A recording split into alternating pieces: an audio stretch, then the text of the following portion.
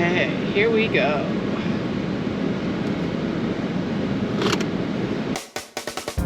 Hi, I'm Kathy. And this is Steve. In 2019, we started planning our retirement and realized that we both wanted to travel and see the U.S. in an RV. So we started our adventure with Fate, Fortune, Fun. We packed up our fun mover and started planning weekend adventures and vacations to learn more about the RV lifestyle. Please subscribe and click the notification button so you can follow us as we continue this journey to retirement and beyond. We just left our neighborhood. I'm headed over to RV1, which is where we purchased our Newmar from, our RVduce from. And we're going to get some warranty work. We have a list of about 10 or 11 items that need to be done. Some are very quick and easy. Some are going to take a lot longer. They're all warranty work, so we have an appointment for tomorrow. I'm hoping that they can get it all done tomorrow. We drop it off tonight, they work tomorrow, and then we pick it up tomorrow evening or on Wednesday at some point in time. Like I said, about 11 items. The radio and the nav system, the volume doesn't come out of the speakers. You can hear static, and if you're very, very, very, very quiet, you can hear something coming out of the speakers. So I'm not sure what's going on with that. I'm hoping it's just our stupidity, to be honest, but I've tried every configuration known to man. The passenger seat wiring keeps pulling out. They've got to fix that, rewire it, and get it working. We have some hydraulic fluid leaking, or whatever fluid is in the jacks is leaking on the rear passenger jack. Let's see what else. The screen door in the front door go into the house part of the RV. There's like a latch that you can lock the door. That doesn't work properly. They've got to fix that. The rear door to get into the garage from the outside on the side, sometimes it's really hard to close and you have to slam it. Same way with the door to go from the garage into the house. Sometimes you have to slam it to get it to latch. Let's see, what else do we have? Our control panel, which has our tanks and all that stuff on it, sometimes goes to sleep, and when we de-winterized it, it wasn't showing that the water tank was filled up properly. I think I reprogrammed it, but I'm not positive, so I need them to check that. Let's see. Oh, there's a panel of buttons, switches that keep popping out. It's not seating properly into the dash, and we think maybe one of the wires have pulled out from it being, flying out and pushing in and flying out, pushing in. So we need to have them check that.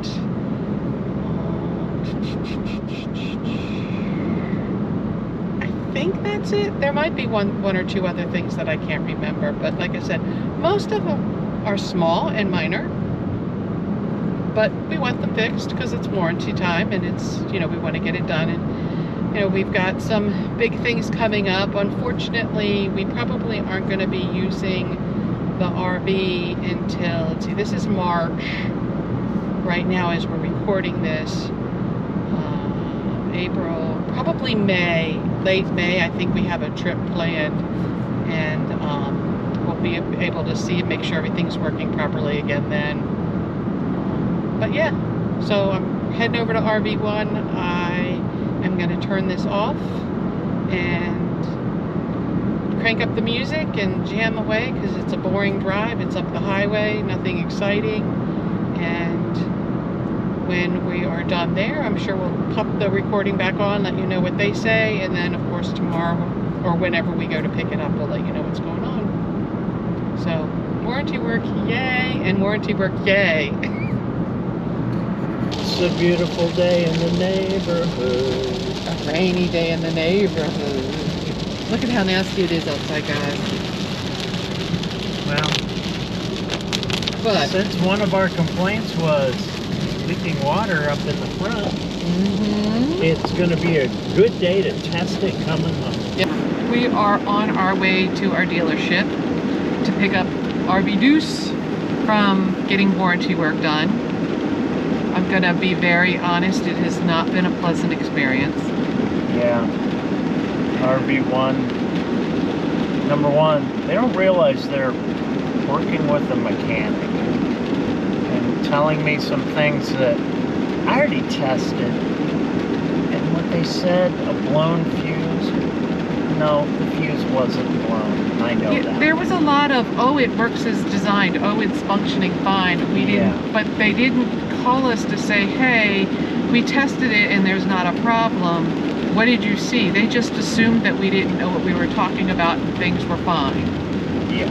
I think the thing... And it's been how many weeks? It's been there almost 4 weeks, almost a month. Yeah. And we had it, and we had an appointment. Yeah. So it wasn't like we just dropped it off and said, hey, work on it at your leisure. We had an appointment. Yeah. And we had to constantly call them and call them and call them, and they'd be like, yeah, it's done except for, oh, you didn't have that on the list. Oh, that you added that to the list, and we didn't. We had a very distinct list that we had everything on. Written down. I brought it in with me as a checklist because I didn't want to forget anything and have this issue. We sent them pictures of the problem. Yes, and they still said no problems, no problems, no problems. So I don't have real high hopes that it's going to be complete when we go to pick it up, even though they said it is, but I'm done with working with them. I'm over it.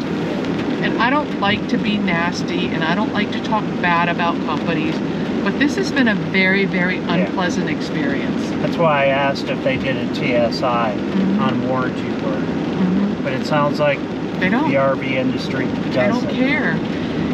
I think the biggest thing for me was we have, obviously we have a 22 Canyon Star.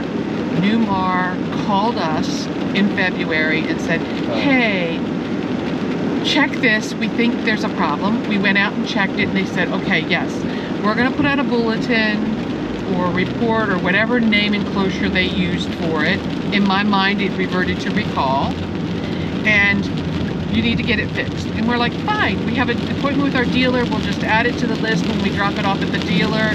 And I said, do I need to tell anything to the dealer when we go? And they're like, no, the dealerships will know about this, it's not gonna be a big deal. First they told us, no, it's not us.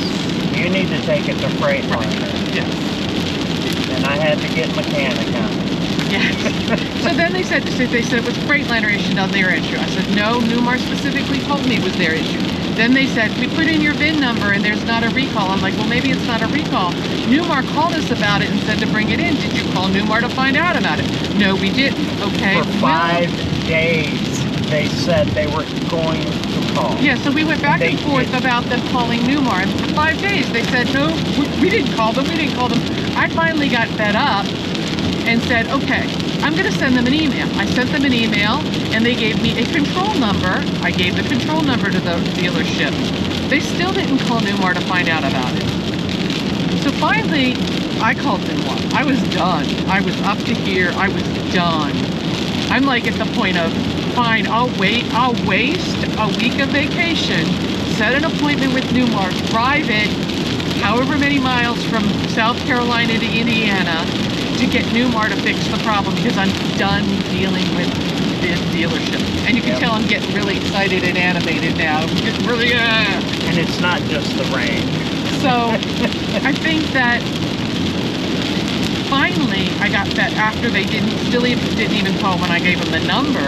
I called Newmar. I am so thrilled with how Newmar handled it. Yes. They handled it perfectly in my mind. I called them up. I explained the problem. They went, oh no. Hold on. Hold on, please. We're gonna call them. I gave them the name of the manager there. Not, what is it called? The service writer? Not the service writer we're walking with, but the actual manager of the service department. There was a manager that said they were going to call, they were going to call. And then they'd call us back and they would. And so I called. Newmar said, who are you working with? I gave him the name. I gave him the phone number. I gave him the dealership name. A few minutes later, he came back and said, thanks so much for holding. It's being taken care of. They're ordering the part and they'll have it in a week. They'll have it in about 4 days and then they'll call you when it's done. Expect a call this afternoon. Lo and behold, I got a call back.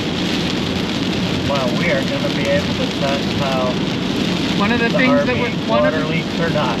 one of the things that we've had a problem with is the water when you're driving in the rain. Water In leaks. pouring rain about like this. Yeah. So unfortunately, Steve's going to be driving the rain with the vehicle in Oh, there it a goes. really bad rainstorm, and I will be driving the car following and freaking out. I'm really sorry about the sound, so hopefully you can hear us. If when I go to edit this, you can't hear me, I'll probably do another recording of us sitting in the RV or at home. So, yeah, I'm going to turn this off so we can concentrate on driving. We'll talk more later. Just left the dealership, about a half hour ago. Steve's about 3 cars in front of me. The rain has stopped a little bit, and we're in stop and go traffic just because of the rain and the time of day. We have the RV, we did pick it up. As we were saying before on the way there, we weren't sure how we were going to get treated because we are not happy with the service that we got. It was a very interesting pickup. You know, first he couldn't find the keys because they had just moved it, and the porter that moved it had lots of keys in their pocket, which he did when he came back in. It was outside in the rain, of course, because they're a very busy shop. And he was very polite to us. He got the keys, he handed it, and he goes, "Okay, thank you very much." I'm like, "You don't have any paperwork for me?" And he's like, "No, I'm finishing writing up my notes, and as soon as I'm done writing up my notes, then I'll email it to you." I'm like, okay. I thought that was really weird. So it just kind of confirms everything I feel about the experience. I was telling Steve that, going over a railroad track, I was telling Steve that it felt like, you know, when you were dating and you met this person and you thought they were a really terrific person and you went out on a date and they're like, "I'll call you," you know, kind of, "I'll call you, let's talk, it was so much fun," and then you don't hear from them. And you're like, "Should I call them? They said they'd call me. Should I call them? Well, maybe I'll call them." And they call you and they're like, "Oh my God, it's so good to hear from you. I've been so busy. Oh my blah, blah, blah." And, you know, they make some excuse. Let's get together. I'll call you and we'll figure it out. And then they don't call you and they're like, "Well, they said they wanted to get together." And, you know, you play this call game thing going on. It felt a lot like that. Like they kept saying they would call us and then they wouldn't. They said it was done and then it wasn't. And it just went round and round and round and round and round, especially with the one issue about Newmar, where we finally ended up calling Newmar so that Newmar had to call them to get it fixed. So today we went in, I'm like, I don't know how they're going to treat us. I don't know what it's going to be like. It was like the abusive boyfriend or the girlfriend, or abusive partner, let's just say. He was so nice and everything was hunky-dory. And I was like, "So you're going to go out and walk through it with us to make sure everything works?" And he was like, "Well, I can do that if you want." And I'm like, "Yeah, I would like it." So the first thing that we had him check, or he was going to show us that it was working properly, is, you know, we have a garage model, so it's got a front door and a back door. So the back door goes into the garage from the side, and it doesn't close all the time. So he's like, "Look, it works fine." And he opened it up and he closed it and it wouldn't close. And then he opened it up and he closed it and it wouldn't close. And I just nudged Steve and we didn't say anything. He's like, "We opened it and closed it so many times and they greased it here and it worked." Sure, buddy. You didn't do anything to that door. So I'm not really happy. The work is done. Is it mostly working? Yes. Am I happy? No. Am I satisfied? No. Would I recommend this dealership for service? No. The sales part of this went very smoothly. He kept us informed. We were very happy with the sales part. So would I buy one from them again? Maybe. But I would never go back. I don't want to have to go back for service. So what we're going to start doing is we're just going to collect all the little things and wait until they add up and then make a trip to Newmar. Collect all the little things, let they add up, go to Newmar. Unless it's a safety issue that has to be fixed right now, I'm not going to take it back there. We did buy a warranty when we bought it, and I shouldn't have bought it. And we said we weren't going to do it, and then they talked me into it, and I'm disappointed. So next week I'm going to be working on figuring out how to cancel that warranty. So if I successfully do it, I'll keep you in the loop, let you know what I did. So for now, it's going to be good to have this back in the driveway. I hope if you have service on your RV, it goes better than what we've done. You know, we love the rig, we love the Canyon Star, we love the Newmar service, but we don't like the dealership. So let us know if you've had that same experience or any recommendations that you have for us going forward, because we'd love to learn from you too. Take care. Bye. We're back home. Look who's in the driveway. Yay! Nice to have it in the driveway.